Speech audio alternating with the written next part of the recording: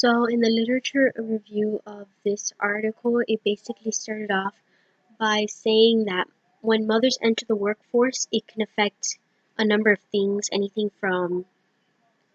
child development to how the work is split up in the household, and also like affect the added income into the house. So, basically, in order to look at how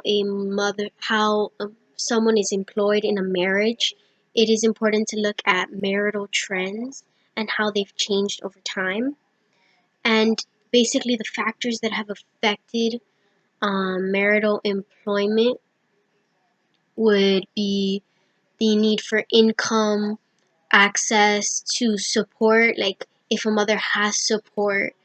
to be employed, if that's what the culture holds, um, the mother's preference, like if she wants to work, and basically if the mother needs to work.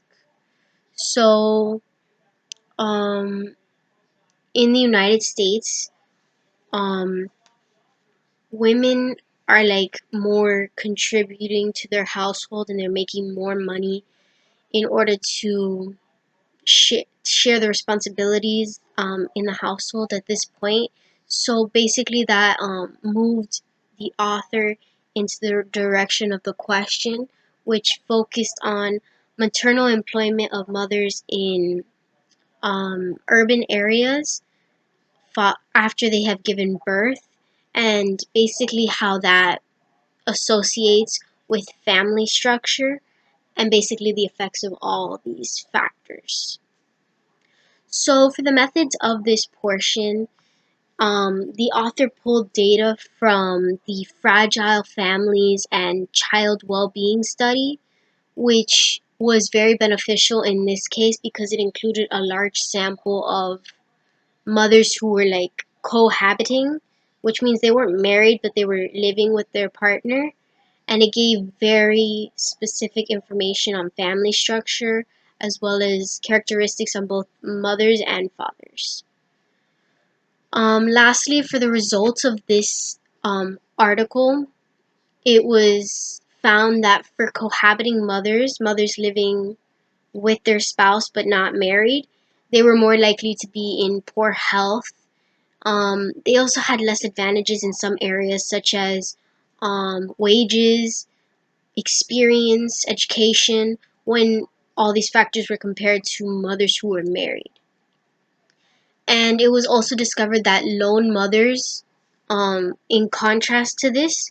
were having similar results to cohabiting mothers rather than the married mothers, who were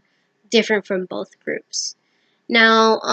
when concerning the ability to report the need for mothers to pay their bills, it was shown that cohabiting mothers were actually more likely to do so, and lone mothers were least likely to do so.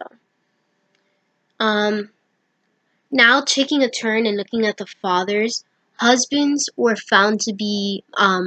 more educated and less likely to be involved with criminal activity or drugs, and they also had fewer weeks of unemployment rather than cohabiting fathers who had more weeks of unemployment. Going back to the mothers, mothers with more education, experience, wage, which is basically human capital, they were more likely to return to work within the first year after birth, and married mothers were also more likely to return in the first year rather than the first 5 years after a birth. So there can be many different factors that can affect the amount of hours a mother works, or what, or them returning to work, such as race or age that the author found. And lastly, there was a correlation, definitely a correlation between the married variable and the black racial identity. That stood out in the data set for the author, as well as the married variable and father's education, which contributed to the results and basically how they were altered.